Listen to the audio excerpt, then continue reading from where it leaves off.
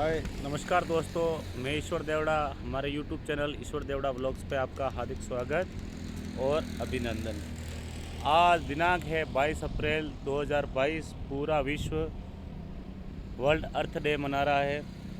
पश्चिमी देशों की एक सोच थी कि हम एक दिन अपनी धरती माँ के लिए एक दिन मनाएं, पर प्रत्येक भारतीय को सोचना चाहिए कि हमारे पूर्वज, जो हमारी पीढ़ियाँ गुजर गई, अपनी धरती को अपनी माँ समझती थी। माँ जो एक अपनी औलाद को पैदा करती है, बच्चा हो या बच्ची, चाहे ये धरती माँ के होने की वजह से आज हम इस धरती पर जीवित हैं। अगर धरती माँ नहीं होती तो अपन आज इस धरती पर कोई जीवित रहने का अपना कोई मकसद नहीं रहता, कोई मतलब नहीं रहता।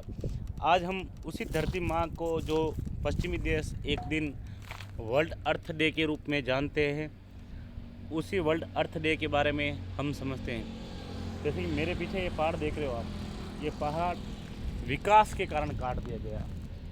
आपके एरिया में भी कहीं पहाड़ काट दिए होंगे विकास के कारण, रेल मार्ग में, सड़क मार्ग में, या किसी और सुविधा के कारण ऐसे पहाड़ों को हमने काट दिया है। ये आप पूरी रोड देख रहे हो ना मेरे साथ, ये पूरे इन पहाड़ों को छलनी करके इन धरती माँ को काट दिया है। जो लोग कहते हैं ना कि यार विकास ज़रूरी है, विकास पहले भी ज़रूरी था, विकास आज भी ज़रूरी है, विकास होगा, पर अपन सबको ये सोचना चाहिए अपन एक इंसान है, क्योंकि इस धरती माँ पर हज़ारों जीव है और हज़ारों जीवों के पास सिर्फ इंसान के पास ताकत है सोचने, विचारने की और करने की क्षमता। खाली एक इंसान है इस धरती माँ पर जिसके पास सोचने और करने की क्षमता है। आज हम इस धरती माँ का इतना दोहन कर रहे हैं। इस धरती माँ ने हमें क्या नहीं दिया? पेट्रोल, डीजल, गैस, पत्थर, लाइट, बिल, डीजल, पूरा दुनिया चल रही है इस ब्रह्मांड में खाली ओनली फॉर इस अर्थ पे, इस धरती माँ और पृथ्वी पे। जो हिंदी में हम पृथ्वी कहते हैं, दुनिया इसको अर्थ कहती है और भारत इसको धरती माँ कहता है। भारत को धरती माँ कहने का हक है क्योंकि हमारा पूर्वज अपनी ज़मीन को ही अपना सब कुछ मानते थे, इस मिट्टी को ही अपना देश, जान, प्रेम, प्यार सब कुछ इस मिट्टी पे लुटा देते थे। आज मैं ये वीडियो इस अर्थ डे पे बना रहा हूँ। इसका एक ही मकसद है, इस वीडियो को प्रत्येक भारतीयवासी के पास पहुँचना चाहिए, क्योंकि अपने अपन जीवन का महत्व नहीं समझ सकते ना। इस जीवन जीने का, पैसे कमाने का, शोहरत कमाने का, दौलत कमाने का, नाम कमाने का कोई मतलब नहीं, क्योंकि जहाँ अपन जिस धरती पे अपन रह रहे हैं उस धरती को, जो नहीं कहते हैं, अपना बेस, अपने बेस को कभी नहीं भूलना चाहिए कि इस धरती पे हमने जन्म लिया, इसके हम एक कर्जदाता हैं, क्योंकि इस धरती ने हमको पाला है, पोसा है। जैसे माँ अपन को पालती है, पोसती है, उसी तरह ये धरती अपन को पालती है, पोसती है। आज प्रत्येक भारतीय, प्रत्येक विश्ववासी, कहीं किसी भी विश्व के कोने में हर इंसान भूखा रह सकता है? नहीं रह सकता है। अगर ये धरती माँ नहीं होती, समुद्र में 75% पानी वर्ल्ड में, तो लगभग वर्ल्ड का 75 हिस्सा पानी में गिरा हुआ है और 25% हिस्सा लैंड हो, जो हम अपन रहते हैं, 25% एरिया है। उस 25% में ये धरती माँ अपन को खाने का देती है, पीने का देती है, रहने का देती है, जीवन यापन करने का देती है। कईयों के पास कई बीघा ज़मीन है, वो करोड़पति हैं।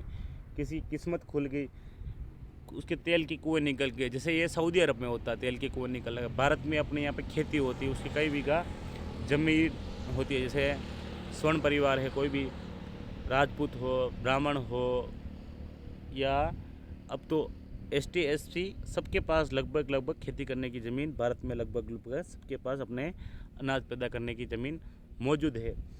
ये सब किसकी देन है? ये सब इसी धरती माँ की देन है, जिस पे हम बड़े हुए हैं। उस धरती माँ को कभी ज़िंदगी में नहीं भूलना चाहिए। इस धरती माँ पर मैं आपको, ये तो एक शुरुआत की एक लाइन हो गई। दुनिया में कहते हैं हम ही एक लोग हैं जो धरती को माँ कहते हैं, बाकी पूरा विश्व पड़ा है। कोई भारत के जैसा देश नहीं है जो अपनी धरती को माँ कहते हैं। इस विश्व में ज़मीन खाली 25% पे और 75% पे पानी है। और 25% पे जो ज़मीन है ना, मैंने जैसे ये बताया ना, ये पहाड़ छिल रहे हैं, ये विकास में, जैसे इन पश्चिमी देशों ने ही विकास में पूरा 12 बजा दी। ये दिख रहे ना आपको, विकास के नाम पे अपन अगर आज कहीं हाईवे नहीं निकला हुआ तो अपन कल धरना स्टार्ट करते हैं, यार मेरे यहाँ पे रोड नहीं है, मेरे यहाँ पे ये विकास नहीं है। ये सब विकास हम इसी धरती माँ को छलनी करके कर रहे हैं। आज नहीं, कल नहीं, पर इस विकास का विनाश भी होगा। कबीर के कहीं दोहे हैं, जैसे मैंने आपको एक लोग कहते हैं हमें कबीर के दोहे समझ में नहीं आते, पर मैंने उनका विश्लेषण किया। कबीर ने कहा है, समुद्र सूख जाएंगे, नदियाँ में आग लग जाएगी। कबीर का कहने का मतलब यही है, तात्पर्य उसका, भाई जो 100% ज़मीन है उसमें से भी 75% पे आज की तारीख में, जब 50 साल पहले जो गणना हुई थी, अभी तो लगभग 68% पानी बचा, 7% ख़त्म हो चुका है। और कई देश G7 है, इंग्लैंड है, ब्रिटेन है, जो इंग्लैंड ब्रिटेन का रूप है, अमेरिका है, ये बड़े बड़े देश कई मीटिंगें करते हैं, फ्रांस समझौता करते हैं, भाई हम मानसून के लिए करेंगे, हम मौसम के लिए करेंगे, और वो मीटिंगों में कोई फैसला नहीं हो पाता है। क्यों नहीं हो पाता है? सबको इस दुनिया में, जिस धरती पे जन्म लिया उससे कोई मतलब नहीं है। इसको काट मार के रोज़ बेच रहे हैं लोग। इस धरती पे जो हो रहा है, इस धरती को पूरा बेच के अपने आप को पैसा कर लेंगे।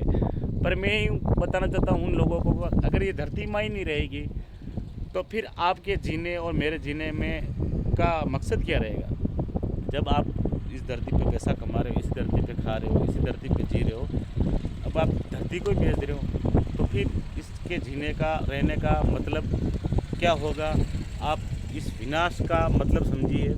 जैसे कि आज कहीं धरती पे 5-5 किलोमीटर सुरंगें बना दी गोल्ड सोने के चक्कर में, कहीं 3-3 किलोमीटर सुरंगें बना दी पहाड़ के अंदर, कहीं डायमंड निकल रहा है, कहीं प्लेटिनियम निकल रहा है, कहीं यूरेनियम निकल रहे हैं। ऐसे ऐसे प्रोडक्ट इस धरती माँ ने जनरेट किए, फिर भी लोग इन बातों को समझने को तैयार नहीं है।